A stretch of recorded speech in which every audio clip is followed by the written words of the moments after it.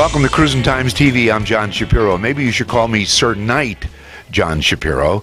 We're at the Glamorgan Castle, and believe it or not, they are going to knight me. We're going to show you the castle. We're going to show you how that's going to happen.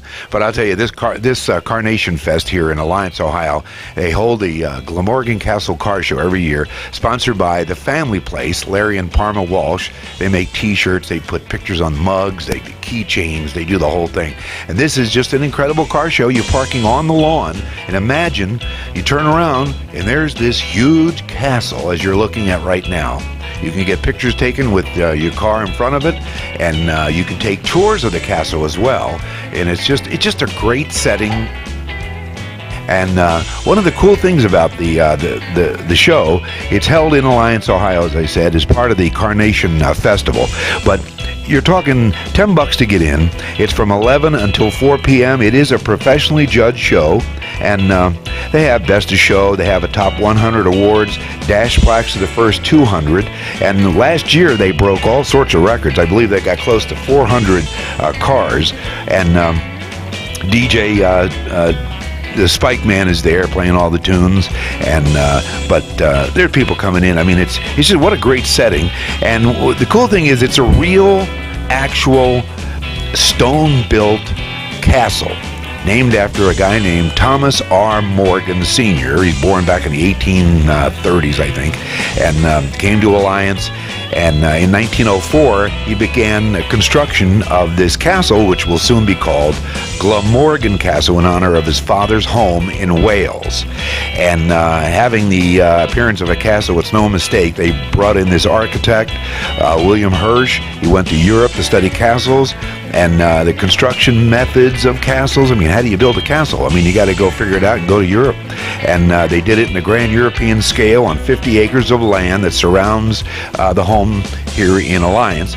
And but unlike European castles, Glamorgan featured many modern comforts, including bowling alleys, a billiard room, a large swimming pool in the basement, and I mean, it's just incredible. You can take the tour, as I mentioned, but matter of fact, when it finally finished, there was 4 marble statues that represent the 4 seasons, which originally stood in the front terrace. Today they brought the statues and they placed them inside the rotunda for protection and preservation. But all right, we're talking with Nick Mann, owner of all these bicycles. My God, look at this, a collection from the 70s.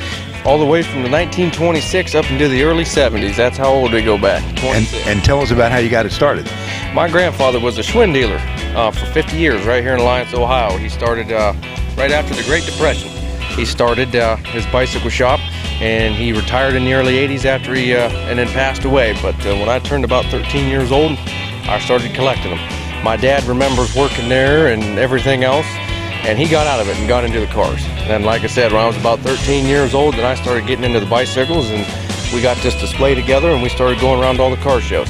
I think it's great, and I think you're keeping up a great tradition of bikes that a lot of us older guys used to ride when we were kids. Tell us about some of these, like what they call them, banana seats? Yes, the banana seat bicycles from the early 70s. I got the Apple crates over there, the Schwinn crate bikes with the stick shifts on them.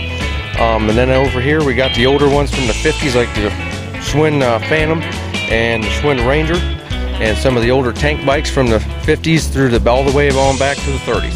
I remember some of them, when I was a kid, came with a baseball bat holder. Yep. Have you ever seen that? Yes, we did. There was an option on the old Schwinn crates where you could have it mounted right on the sissy bar and slide your Louisville Slugger down in there.